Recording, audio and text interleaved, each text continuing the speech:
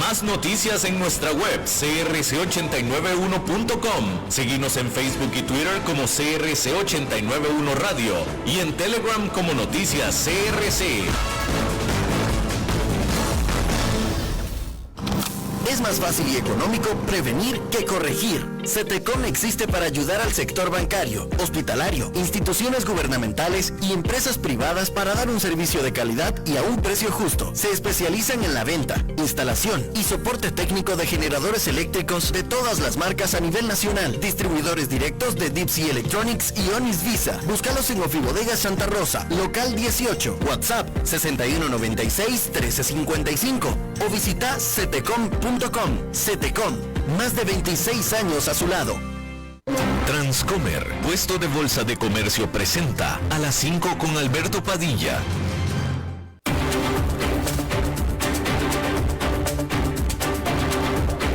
Inicia a las 5 con Alberto Padilla. Un programa diseñado con el objetivo de llevarte diariamente un tema de actualidad, acompañado siempre de reconocidos editorialistas, de lunes a viernes a las 5 de la tarde por CRC 89.1 Radio. A las 5 con Alberto Padilla. Hola, ¿qué tal? Saludos, bienvenidos a esta emisión de A las 5 con su servidor Alberto Padilla. Muchísimas gracias por estarnos acompañando. Gracias por estar ahí, bienvenidos a este primer programa del nuevo 2024. Cerrando el 2023, le había deseado a usted lo mejor para el nuevo año, se lo sigo deseando. Estamos iniciando el año con este programa, le agradezco muchísimo que esté con nosotros este programa y los subsecuentes y que tenga usted el mejor de los años este año que está comenzando en este primer día hábil del 2024. Estamos transmitiendo desde la señal y las instalaciones de CRC 89.1 Radio en San José, Costa Rica, y estamos saliendo en diferentes plataformas, por ejemplo en Facebook Live, en la página de este programa, a las 5 con Alberto Padilla.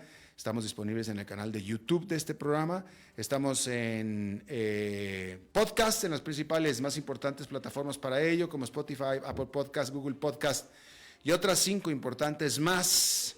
Aquí en Costa Rica, este programa que sale en vivo en este momento a las 5 de la tarde se repite todos los días a las 10 de la noche aquí en CRC 89.1 Radio. En esta ocasión, comenzando el año, le agradezco muchísimo que esté tratando de controlar los incontrolables al otro lado de los cristales, el señor David Guerrero. Señor Guerrero, muchísimas gracias. Y la producción general de este programa, desde Bogotá, Colombia, a cargo del señor Mauricio Sandoval. Bien, este primer día hábil del 2024 comenzó muy agitado en términos de seguridad.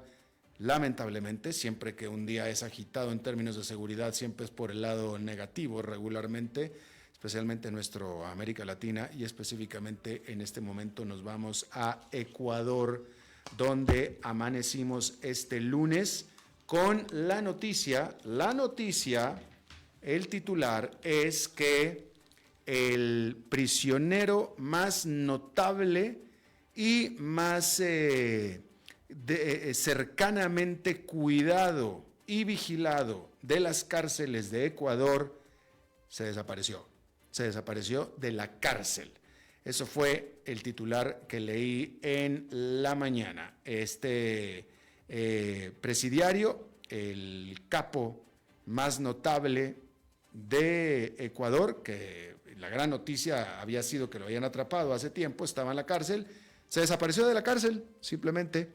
Vamos a hablar con Cristian Carpio, él es analista de estos temas, es máster en Gobierno y Gestión Pública para América Latina por la Universidad de Pompeu Fabra de España y es docente de estos temas. Le agradezco muchísimo que nos acompañe desde Ecuador de nuevo. Cristian Carpio, primero que nada, gracias por aceptar la entrevista y feliz año para ti. ¿Qué pasa con Cristian Carpio? David, ¿tenemos a Cristian Carpio? No tenemos a Cristian Carpio. Ah, bueno, pues hay que tenerlo porque... A ver, ¿ya está ahí? Hola, Cristian Carpio, ¿nos escuchas? Hola, Cristian Carpio, ¿nos escuchas? Buenas tardes. ¿Qué tal, Cristian? Muchísimas gracias por estar con nosotros. Alberto, buenas tardes. Un saludo para usted y toda su gentil audiencia. Gracias, Cristian. Estábamos explicando al público de la lamentable noticia esta mañana, este lunes, primer día hábil del 2024, con la noticia de que, cuando menos el titular que leí yo, es que el inquilino carcelario más importante de Ecuador se desapareció de la cárcel. ¿Qué es lo que se conoce a estas horas después de que se descubrió que no amaneció en su celda este preso? Bueno, esto ha sido el antecedente para varios problemas que estamos viviendo actualmente en el país. Alias Fito, uno de los presos o el más importante preso que tenían dentro de una cárcel que se llama la Regional de Guayaquil o la Penitenciaría del Litoral, justamente se escapó. Inicialmente el gobierno mantuvo el silencio, la policía había mencionado que estaban buscando dentro de la cárcel, dada la complejidad del complejo carcelario, valga la redundancia, estaban buscándolo justamente, pero después se confirmó la fuga de la cárcel. Ahora, este es un tema importante porque esto se da en medio de un aparente operativo que se iba a dar justamente en la mañana, en donde se da cuenta de que el preso no estaba. Era un operativo para trasladarle de la cárcel regional de Guayaquil a otra cárcel justamente que se llama La Roca, una cárcel que no está operativa, pero que el gobierno anterior lo mantuvo justamente para ubicar a ciertos presos estratégicos, ¿no? Después de esta noticia, el gobierno no tuvo una comunicación efectiva. De hecho, ayer se esperaba una rueda de prensa por parte del gobierno, no se termina dando. El secretario de Comunicación da breves declaraciones al contexto y al respecto a estos temas, pero no se avanza con acciones claras. El día de hoy amanecemos con problemas más graves. Justamente hay motines y problemas carcelarios en 5 centros de detención. Hay varios guías penitenciarios que están o aparentemente secuestrados por parte de los presos, y el gobierno hace pocos minutos acaba de declarar estado de excepción. ¿Qué quiere decir con eso? Se restringen varios derechos, se establece la movilización de las Fuerzas Armadas, se pone toque de queda y se permite también a las Fuerzas Armadas ingresar a los centros penitenciarios. Se suprimen algunos derechos como el de la libre asociación. Y en ese sentido, esto es lo que estamos abordando actualmente. Todo esto en medio de un plan de seguridad que no se conoce realmente cuál es y cómo se lo va a implementar, ¿no? De tal manera, entonces, Cristian, que tú nos estás informando que después de la noticia de la fuga de alias Fito, que se conoció a primera hora de la mañana de este lunes, las cosas, por lo que nos estás informando tú, a terminar la tarde de este lunes, se han estado empeorando en la cárcel o en las cárceles de Ecuador. Sí, hay 5 prisiones del país que están bajo, digamos, amotinamientos o con algún problema. En Machala, Loja, Cuenca, Riobamba y La Tacunga. De hecho, también en Quito, en una cárcel específicamente, se dio un incendio que después fue controlado, un incendio provocado. En varios de estos centros penitenciarios las Fuerzas Armadas ya tomaron control. Por ejemplo, en la cárcel de Guayaquil, en el Inca, pero se conoce que en otras provincias aún existen, por ejemplo, guías penitenciarios que se encuentran cautivos o rehenes por los presos, ¿no? Todos estos amotinamientos han tenido un mensaje, o se ha difundido un mensaje por varias redes sociales, en donde los presos pedían que no se militarice o que no permitan el ingreso de militares a los centros de privación de la libertad, pero también mandando un mensaje de recapacitar al presidente sobre las acciones que estaban tomando. Y esto va de la mano con el anuncio de la consulta popular, hace unas semanas atrás, y el anuncio de nuevas preguntas de la consulta popular, que de hecho las acaba de presentar el gobierno hoy mismo a las 4:30 de la tarde, en donde, por ejemplo, se establece o se retoma el concepto de la extradición a presos a países justamente que tienen una institucionalidad más fuerte. Y esa es la situación al momento. ¿Se sabe cómo se fugó Fito? Hay varias teorías, básicamente, inclusive el ex ministro del Interior del gobierno de Rafael Correa mencionaba que Fito probablemente se fugó, inclusive 2 semanas atrás, más o menos el 25 de diciembre. Otras hipótesis hablaban de túneles, lo cual por ciertos expertos ha sido desmentidos y no se conoce más. Lo que es cierto es que ya de hecho el propio gobierno lo reconoció, existió una filtración de información, porque cuando se iba a realizar el operativo, como les había comentado, que iba a ser el día de ayer en la mañana, ya el preso no estaba. Entonces esto es filtración de información probablemente de organismos que están relacionados con temas de seguridad. Claro, porque tú estabas diciendo que estableciste que esta fuga se dio en el contexto en el que este preso iba a ser trasladado y en teoría él no sabía o no debería haber sabido que iba a ser trasladado. En teoría, aunque el presidente creo que cometió un error comunicacional. Días atrás, con un caso particular de seguridad aquí sobre la fiscal, el presidente habló de trasladar presos, entre ellos Fito, a la cárcel del Rodeo. Inclusive se habló de nuevas acciones en materia de seguridad, perdón, no la cárcel del Rodeo, sino la cárcel La Roca. Y claro, nunca se efectivizó un traslado de Fito, nunca se dio a conocer cuándo iba a hacerlo, pero había esta amenaza para el preso, entre comillas. Lo que sí es cierto es que este era un operativo ultra secreto y no terminó siendo tan secreto, ¿no? Claro. Ahora, no es la primera vez que el famoso Fito se fuga, me hace recordar muchísimo. A ver, primero que nada, para el público, hay que recordar que el contexto es que el hecho de que el principal narcotraficante de un país en América Latina se escape de una cárcel de máxima seguridad tiene muchísimos antecedentes. Recordemos nada más el caso de México con el Chapo Guzmán, que se fugó no una, sino 2 veces de una cárcel de máxima seguridad. En el caso del Chapo Guzmán, las 2 veces que se fugó, las 2 veces permaneció en el país y lo agarraron una tercera vez y lo extraditaron a Estados Unidos. En el caso del Fito, una vez se fugó, permaneció en Ecuador, lo agarraron al poco tiempo y ahora se volvió a fugar por segunda vez.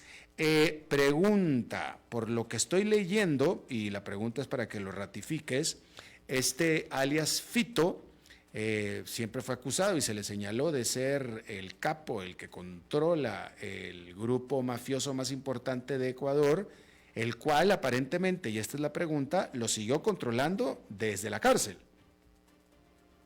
Así es, desgraciadamente los centros de rehabilitación han sido más bien centros de recreación para el sistema penitenciario en el país. Los grandes líderes de estas macroorganizaciones de antisociales han operado desde las cárceles. De hecho, recién por ejemplo, conoció sobre uno de los narcotraficantes más importantes que tenía el Ecuador, que se llamaba Norero, alias Norero, y que él desde la cárcel inclusive generó atentados en contra de funcionarios públicos, en contra de políticos y demás. Entonces, los centros de rehabilitación social han sido más bien centros de recreación, en donde los antisociales han organizado y se han reagrupado, y de hecho ellos se sentían más cómodos en la cárcel porque se sentían más seguros.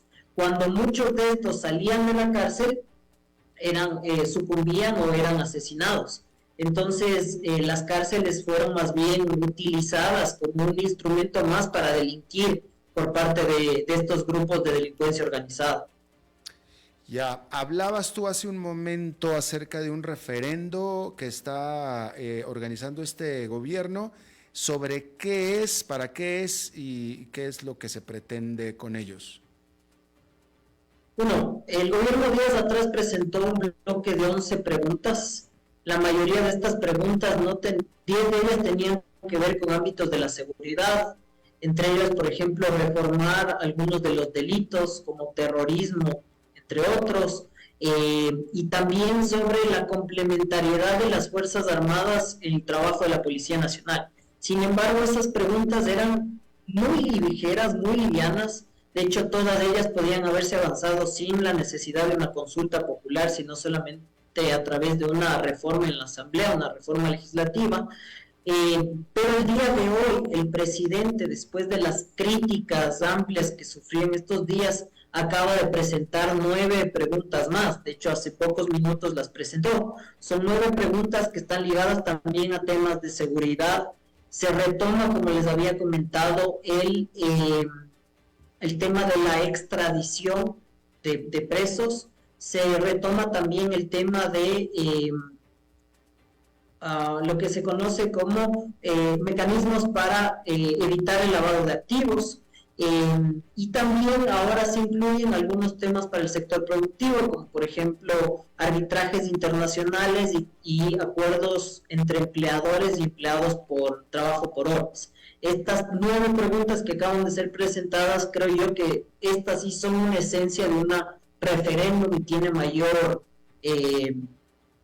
mayor contenido y fondo. Las anteriores, muchas de ellas inclusive ya se estaban avanzando en la Asamblea y eran meras reformas, sobre todo para complementar los temas de seguridad. Claro. Solo una pregunta no tenía nada que ver con ello, que era sobre casinos.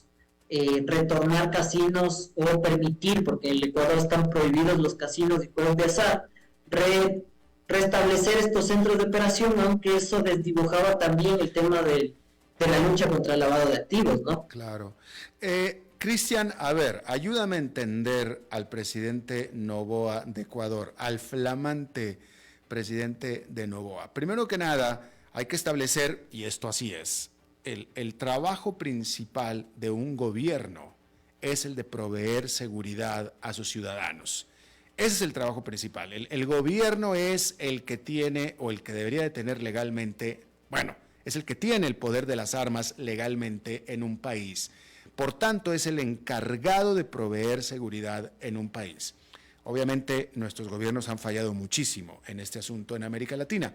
Pero este referendo, como lo estás planteando, Cristian, que nos lo estás explicando, básicamente, me parece a mí, escuchándote, que lo que está el presidente Noboa preguntándole a los ecuatorianos es si debo o no hacer mi trabajo de proveerle seguridad bien a ustedes. ¿Ustedes qué opinan?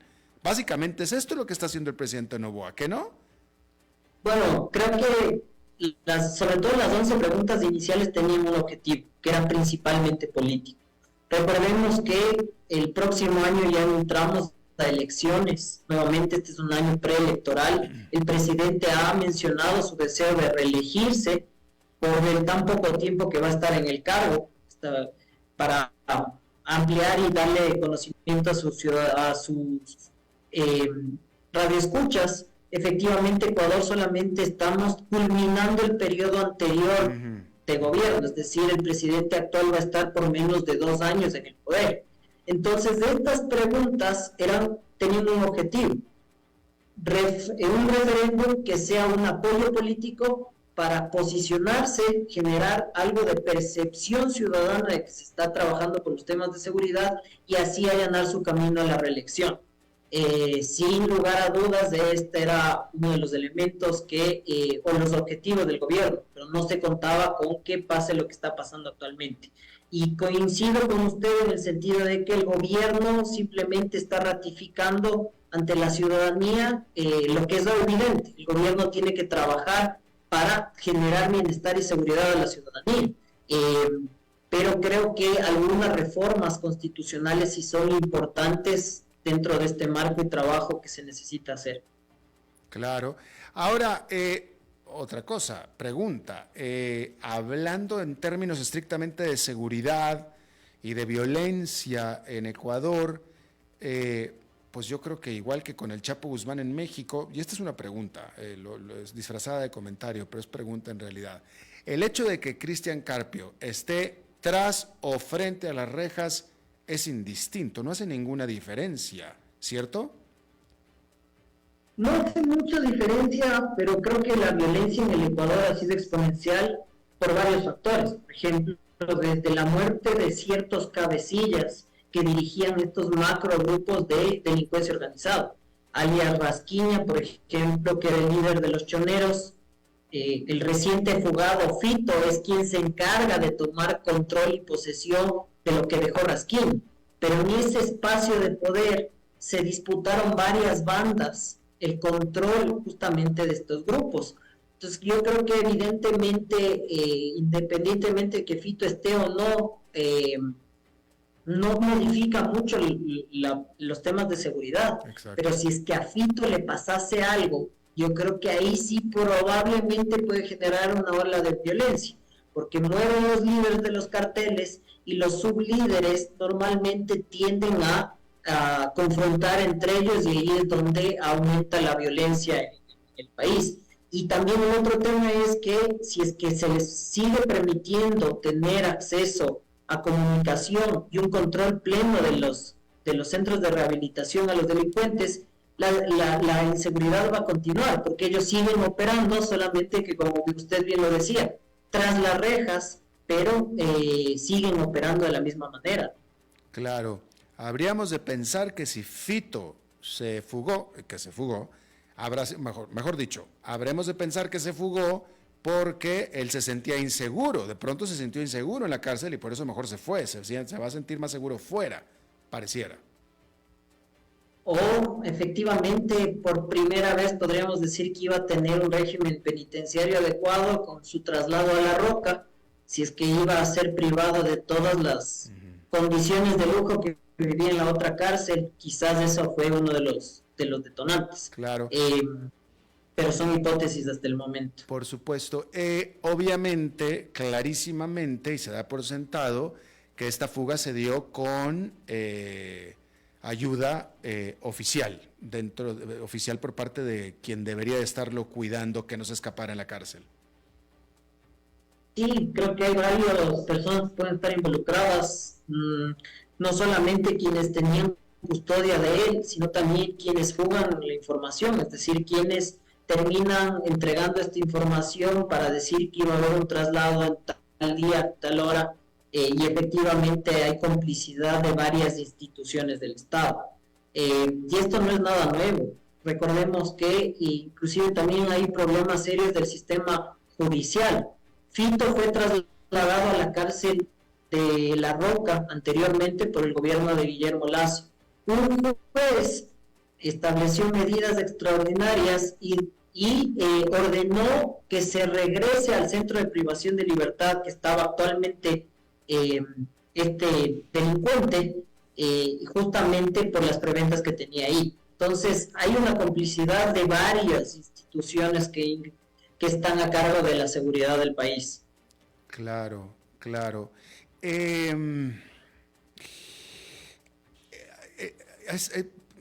Yo creo que es una pregunta bastante obvia, pero parece de pronto difícil de entender que para que Fito y todos los demás líderes de bandas de narcotráfico en Ecuador puedan seguir ejerciendo su mandato dentro de la cárcel, quiere decir que están básicamente perfectamente comunicados, telefonía celular, probablemente internet, computadoras.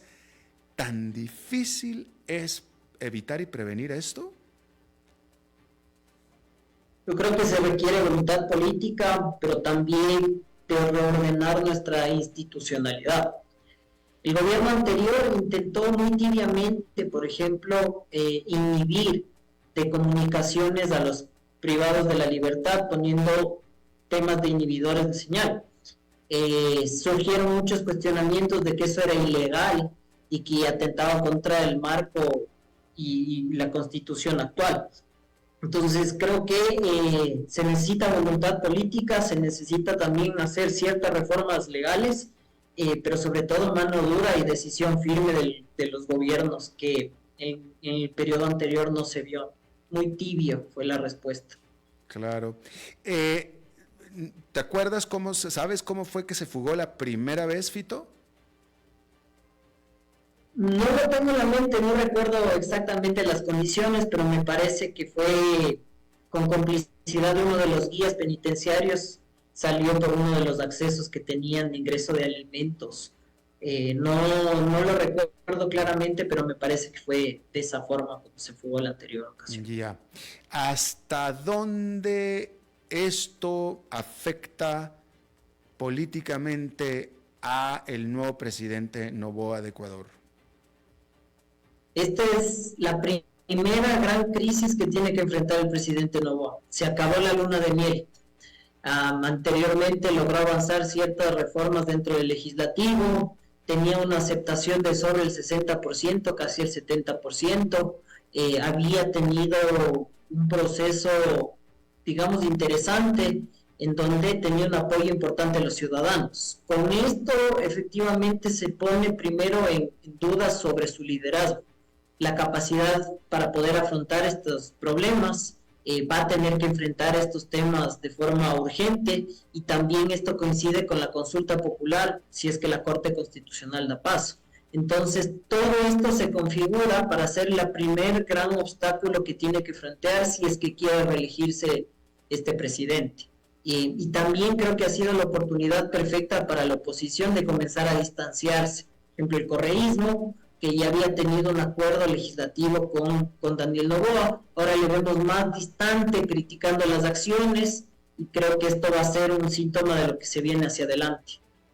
Bien, como bien explicas, esta es la primera gran crisis de este flamante y joven presidente.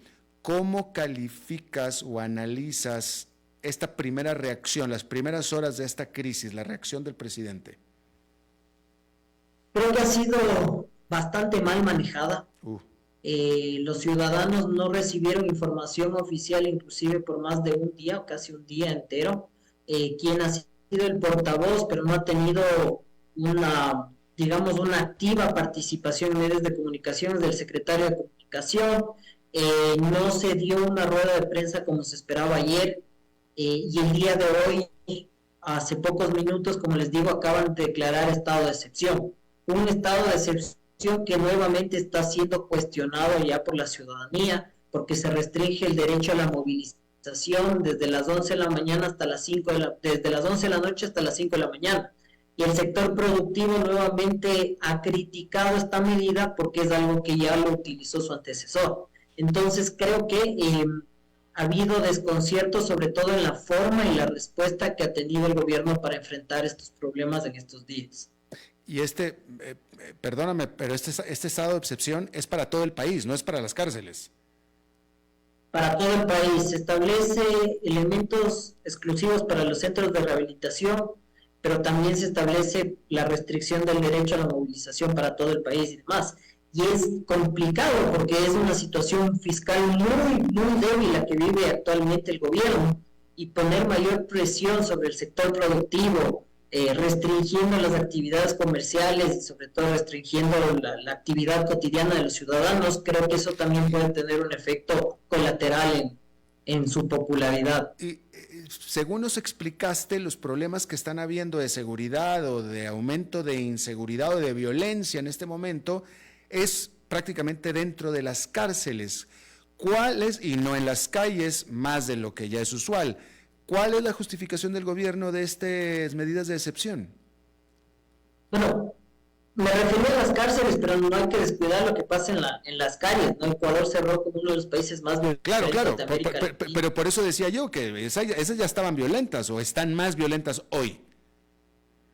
Sí, lo que creo es que, bueno, desde el final del gobierno anterior se logró reducir las masacres penitenciarias en algo se llegó a tener control en los últimos días de los centros de rehabilitación. No ha habido cambios, pero los delincuentes seguían operando desde las cárceles. Creo que si es que efectivamente es lo que muchos delincuentes se han quejado, habría ya cambios en el direccionamiento interno de los centros penitenciarios, y por eso no están de acuerdo. Es decir, se comienzan a restringir muchas de estas libertades que tenían a la interna de los centros de privación de libertad. ¿Y por cuánto tiempo va a durar este estado de excepción?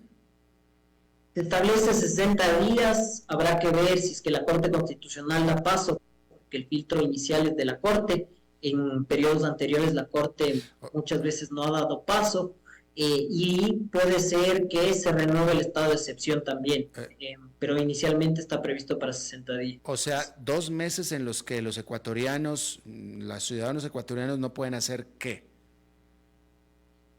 Por ejemplo, transitar libremente desde las 11 de la noche hasta las 5 de la mañana, actividades productivas muy específicas, tienen derecho a poderse movilizar, donde muchas de las actividades sociales van a estar restringidas, restringe el derecho de libre asociación, de inviolabilidad de domicilio, y se establece acciones específicas en los centros de privación de la libertad. Pero bueno, habrá que ver. Yo creo que este decreto va a ser reformado si es que la Corte Constitucional da paso. Yo tengo mis serias dudas de que la Corte permita que el Estado pase como está siendo planteado. Claro, por supuesto. Bien, por último, ¿cuándo va a ser este referendo? Bueno, todavía no hay fecha específica porque la Corte Constitucional aún no ha dado paso, pero los plazos aproximados podrían ser entre finales de marzo e inicios de abril, que coincidencialmente empatan con un referéndum que teníamos también sobre un tema de seguridad, de una enmienda a la Constitución aprobada por la Asamblea.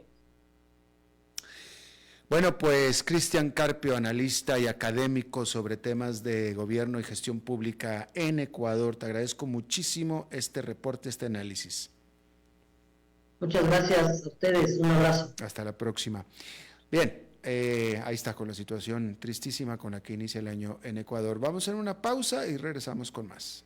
A las 5 con Alberto Padilla, por CRC 89.1 Radio. Ok, ya te has reído con nosotros, has aprendido con nosotros y nos hemos conocido más, pero es hora de ponernos serios. El mejor momento para invertir fue hace 10 años y el segundo mejor momento para hacerlo es hoy. Entra a transcomer.com, convertite en un inversionista y transforma tu destino. Transcomer, puesto de bolsa de comercio. Construyamos juntos su futuro. Somos expertos en eso.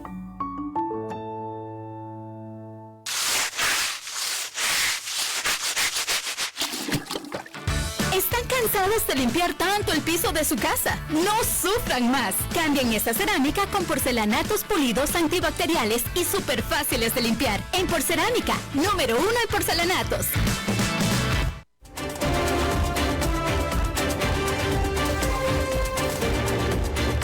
Seguimos escuchando a las 5 con Alberto Padilla.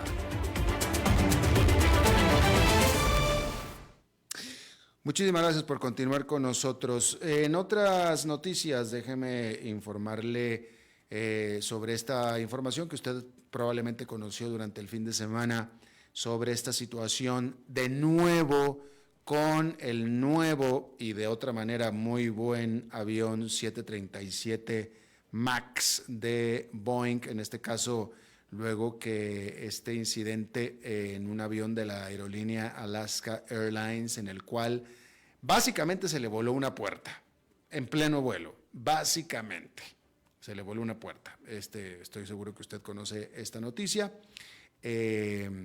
Una puerta no se le debe de volar a un avión en pleno vuelo.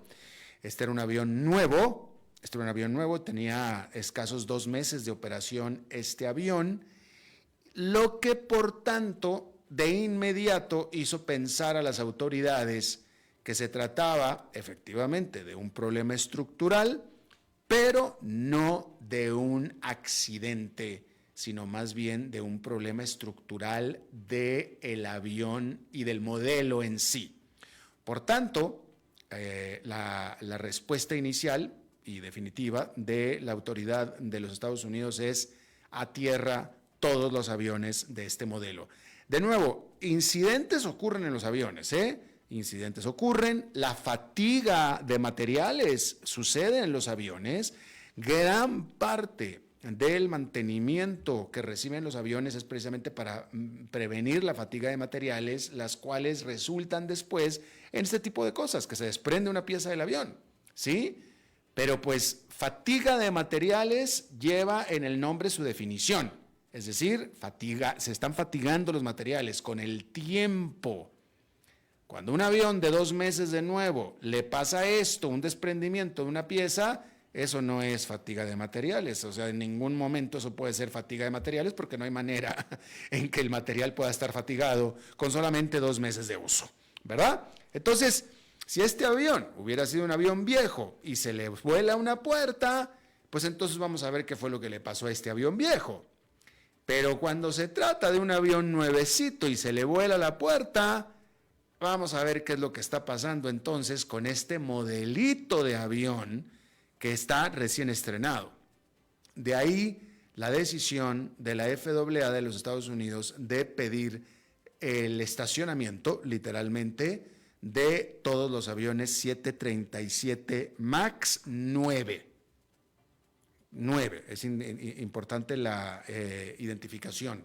No todos los 737 MAX son 9, solamente es con los 9. Esto incluye a 2 aerolíneas de América Latina que tienen este tipo de avión. Una es Copa Airlines de Panamá y otra es Aeroméxico. Ambas aerolíneas anunciaron que van a dejar de volar estos aviones mientras se descubre qué está pasando. Esto va a ser interesante porque hasta donde yo entiendo, la información disponible es Copa y Aeroméxico estacionan estos aviones, ¿sí? Pero obviamente van a revisar qué es lo que está pasando con esta puerta, que en realidad no es una puerta, hay que decir esto, no es una puerta. Déjeme, trato de explicarle. El 737-900 es un avión muy largo, con lo cual entonces tiene una capacidad aumentada de pasajeros. Las aerolíneas, de acuerdo a regulación, no recuerdo cuál es la cifra de pasajeros, pero dependiendo de cada cifra de pasajeros, es el número de puertas de emergencia que un avión tiene que tener o con las que debe de contar para cumplir con la regla internacional de poder evacuar la totalidad de los pasajeros de un avión en 90 segundos o menos por las salidas de emergencia. ¿Sí? Entonces, en el momento en el que se determina que este avión no se puede evacuar en 90 segundos, sino en 91 segundos, entonces se necesita una puerta más. ¿Ok? Así es, ¿cómo se mide esto? Entonces, el 737-9, en su configuración de aerolínea normal con asientos de primera clase que ocupan el espacio de 2 asientos de turista, así, con esa cantidad de pasajeros que le cabe así, no necesita una puerta más. Pero si se le configura como para las aerolíneas de bajo costo que quitan los asientos de primera clase y todos los meten de turista, ahí sí se sobrepasa la cantidad de pasajeros y se necesita entonces una puerta de emergencia más. Entonces Boeing resolvió esto preparando todas las cabinas de estos 737-9 MAX con la preparación para tener una puerta de emergencia en caso de que el operador la necesite. Como este operador, que era Alaska Airlines, no la necesitaba, pero tampoco igual que Copa y Aeroméxico no las necesitan, entonces la puerta, el espacio para la puerta queda ahí, pero esta se tapa así con está tapado. Eso nadie lo nota. La estructura del avión sí lo nota, pero el pasajero no, nadie lo sabe, nadie lo nota. No es una puerta que se pueda abrir y cerrar. Es un parche, básicamente es un parche. Así, básicamente.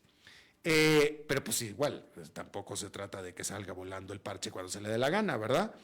Bueno, pues eso fue lo que le pasó a la Alaska Airlines. Y entonces, la FAA sospecha con bastante oportunidad de certidumbre de que este es un problema que puede ser presente en todos los aviones y por tanto dio una orden para que se estacionen. Entonces, le comentaba yo, Copa y Aeroméxico, junto con Alaska Airlines y United, están estacionando todos estos aviones, pero pues no saben en busca de qué,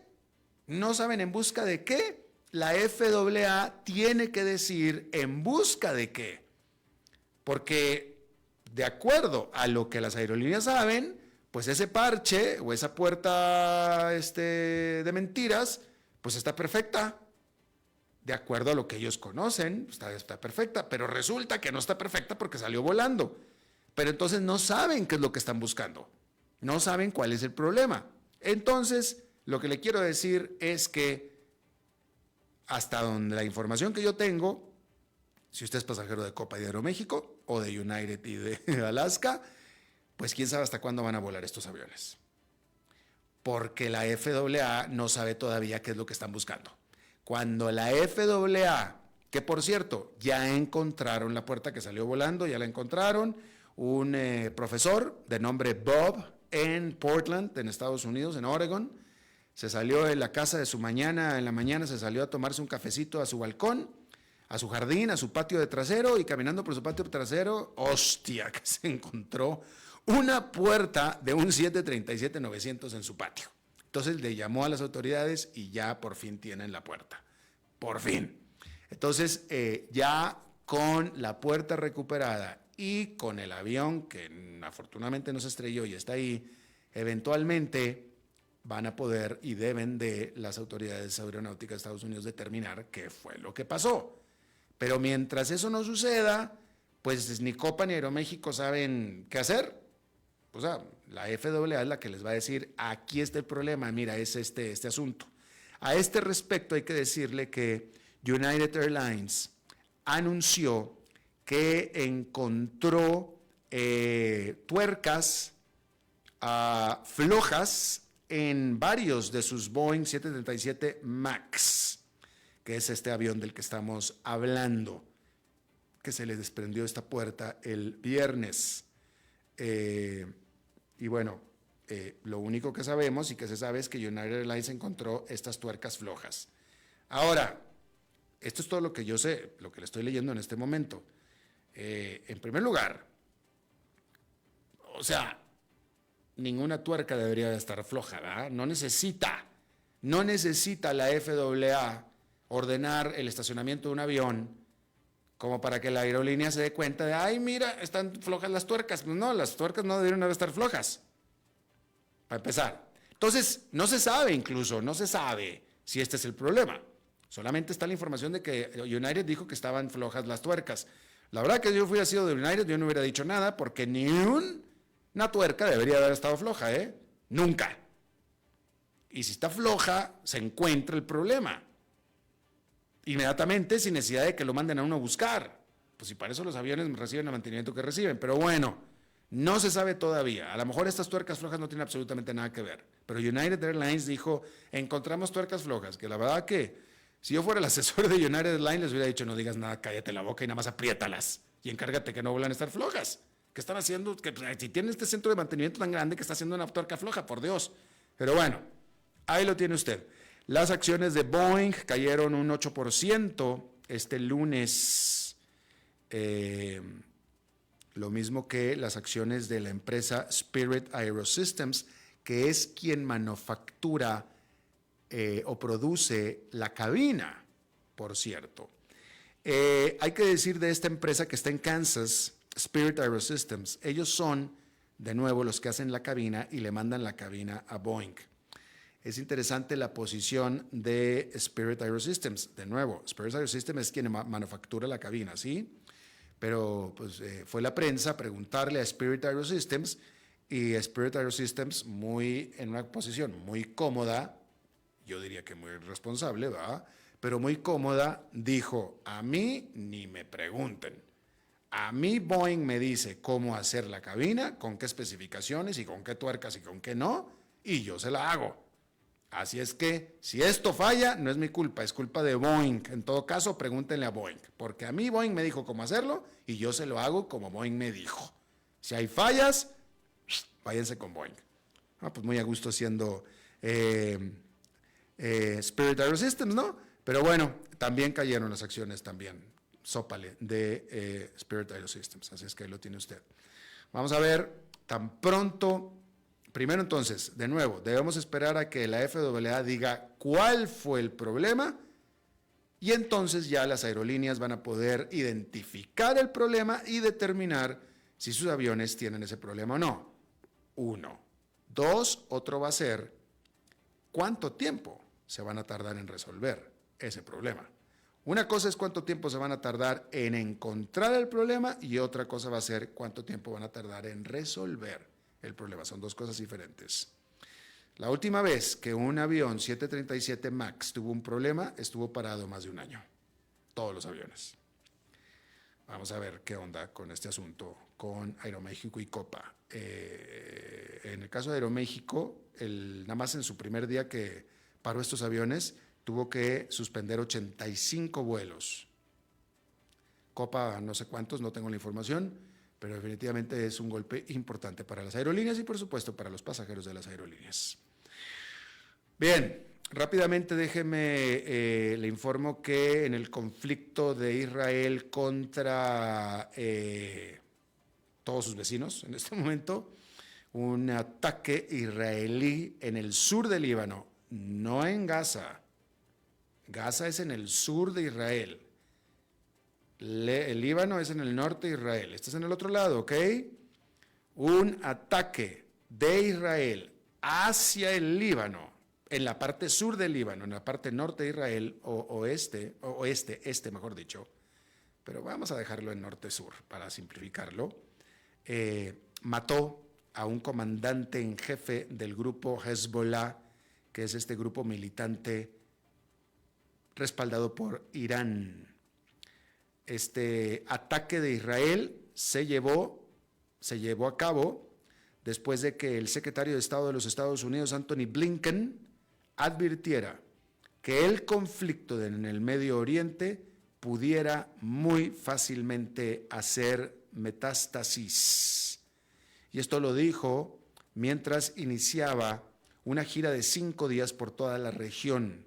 Anthony Blinken visitará Arabia Saudita este lunes, visitó Arabia Saudita antes de pasar a Israel, en donde es ampliamente esperado que vaya a pedirle de nuevo a los oficiales israelíes a que hagan todo lo posible por aumentar sus esfuerzos para evitar las muertes de civiles en Gaza. La respuesta a todo esto de Benjamin Netanyahu, el primer ministro de Israel, es que va a seguir con su lucha hasta que Hamás sea completamente eliminado. En otra parte que está teniendo conflicto también es en el Cuerno de África, donde el presidente de Somalia, Hassan Sheikh Mahmoud, advirtió a su vecino Etiopía que no haga un acuerdo con Somaliland, que es una región separatista de Somalia. De nuevo, Somalia le pidió a Etiopía que no haga un acuerdo con Somaliland, que es una región separatista de Somalia, para que este país de Etiopía, que quiere hacer este acuerdo con Somaliland para tener un acceso al Mar Rojo. Este acuerdo que estaría pretendiendo Etiopía con Somaliland le daría a Etiopía este acceso que está deseando hacia el Mar Rojo, y a cambio Etiopía le está ofreciendo a Somaliland acciones en la aerolínea nacional bandera Ethiopian Airlines, a cambio de que le entregue este pasaje, este corredor a través de su territorio hacia la costa del Mar Rojo. El presidente de Somalia, que considera a Somaliland como una región separatista, dijo que él tomará todas las medidas que sean necesarias para defender el territorio somalí, puesto que considera a Somaliland como parte del territorio de Somalia. Y pues para el presidente de Somalia, esta acción de Etiopía, que es su vecino, pues es un cuchillazo en la espalda, ¿verdad? Haga de cuenta usted que Texas se quiere empezar a separar de Estados Unidos y México llega a un acuerdo con Texas de lo que sea, con un acuerdo con Texas, no con Estados Unidos, pues Estados Unidos se va a sentir traicionado con un cuchillazo de la espalda por parte de México. Bueno, pues más o menos lo mismo que está pasando en Somalia y Etiopía, ¿ok? Bueno, ahí lo tiene usted.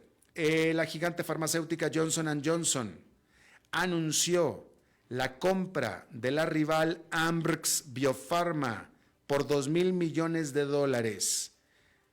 ¿Por qué está comprando Ambrx Biopharma? Bueno, porque esta compañía de biotecnología ha desarrollado una muy innovativa nueva terapia para el cáncer. Esta terapia es conocida como conjugados de drogas de anticuerpos o conjugados de drogas de anticuerpo. Lo estoy traduciendo desde el inglés. Conjugados de drogas para anticuerpos. Y estos tratamientos nuevos han desatado toda una serie de consolidaciones y de compraventas en el sector farmacéutico, en el cual otras gigantes farmacéuticas como son Pfizer y Avie han comprado a compañías que han estado dedicándose a estos nuevos tratamientos. Así es que ahí lo tiene usted. En el conflicto de Rusia contra Ucrania, hay que decir que Rusia atacó a Ucrania con una gran cantidad de misiles y de drones, continuando con su estrategia de atacar y destruir a la infraestructura energética de Ucrania por segundo invierno consecutivo, justo en el momento en el que está mordiendo más el invierno en Ucrania. Obviamente todo para desesperar a la población ucraniana. Estos ataques aéreos causaron la muerte de 4 civiles y dejaron a 15,000 personas sin poder eléctrico en este momento que Ucrania está pasando por temperaturas congelantes. Por su parte, ataques ucranianos hacia Rusia causaron que las autoridades evacuaran alrededor de 300 personas de la ciudad fronteriza rusa de Belgorod. Así es que ahí tiene usted ese asunto. Rápidamente, déjeme informarle de esta noticia que se dio durante el final de la última semana del año, ¿sí? La publicación Travel and Leisure, que es una publicación sobre viajes y destinos muy reputada, muy conocida en la industria de los viajes, ¿sí? Tuvo esta nota de enero 2, yo le dije que eran los últimos días, no, son los primeros días de este año, el 2 de enero. Y Travel and Leisure habla de el mejor lugar para retirarse en el 2024 y está citando a un nuevo reporte. Travel and Leisure está citando a el reporte de International Living, que International Living es un referencial también en la industria del turismo. Y la nota de Travel and Leisure dice que si el 2024 es el año de usted para que usted se retire, entonces, por supuesto que felicidades, felicidades, y después le tenemos la mejor destino para que considere usted ir a vivir en sus años dorados. Y cita a International Living revelando que en su indicador anual global del retiro 2024, que describe Travel and Leisure como la encuesta más comprensiva, más incluyente y más profunda de este tipo en el mundo, que suma tanto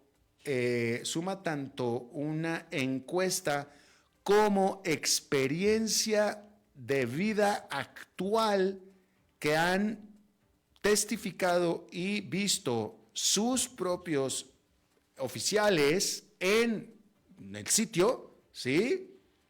De cómo es realmente la vida en este destino en el que se está considerando para ponerlo en el primer lugar. Y bueno, el primer lugar para retirarse, de acuerdo a International Living, citado por Travel + Leisure, el cual coincidentemente también es el primer país para retirarse del propio Travel + Leisure, porque Travel + Leisure también tiene su propia lista, y aquí por primera vez coinciden los dos en este país, y este país es nada menos que el pura vida mae, Costa Rica. Costa Rica. Dice Travel + Leisure que después de seguir todos los consejos de sus consejeros y de valorar el costo de vida, de vivienda, la disponibilidad de visas, el clima, el sistema de salud y los estándares de vida en general, Costa Rica es definitivamente el mejor lugar para retirarse del año 2024. Y de nuevo, aquí el asunto es que coinciden las dos listas, la que cita Travel + Leisure, que es la International Living, y la propia de Travel + Leisure. Y es interesante, bueno, como usted sabe, yo en primer lugar pues no vine a retirarme porque pues yo aquí retirado no estoy, ¿verdad? Porque desde que estoy hablando con usted aquí en este micrófono, pues retirado no estoy, pero yo elegí venirme a pasar cuando menos la gran cantidad del año aquí a este país de Costa Rica, que es de donde yo le estoy llamando, le estoy hablando en este momento. Es una de las cosas que me encantan de los ticos, de los costarricenses, es que, pues, ¿cómo lo podré definir? Pues como que no se la creen. Yo creo que esa es la palabra mejor, no se la creen. A mí la primera pregunta que siempre me hacen, siempre que me conoce un tico nuevo, siempre me pregunta a mí, ¿por qué escogiste Costa Rica? ¿Por qué escogiste Costa Rica? Siempre, pero mire, esa pregunta me la han hecho yo creo unas 657 veces mínimo. ¿Pero por qué Costa Rica? Y no es necesariamente que ellos piensen que su país está mal, porque no es eso, porque el tico es alguien muy contento, la verdad que el tico vive muy feliz, simplemente como que, pues sí, estamos muy felices, pero pues debe haber otros lugares mucho mejores que este, ¿no? Eso es así como que ellos lo piensan. Y uno que ha vivido fuera tanto tiempo, ¿verdad? Y que es de fuera, no. Costa Rica es uno de los muy pocos, por no decir puñado, por no decir incluso hasta menos, países en América Latina que es de verdad, que es un país de verdad, con instituciones y sobre todo con D mayúscula de democracia y seguridad también, aunque está ido sufriendo, pero hay seguridad. Es un gran país, es que es un gran país.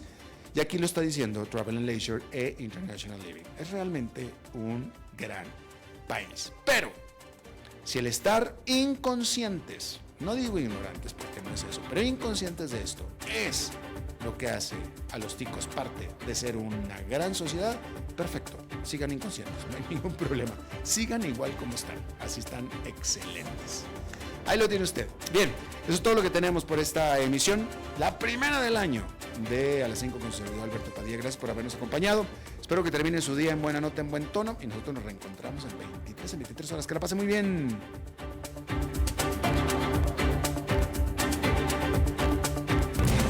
A las 5 con Alberto Padilla fue traído a ustedes por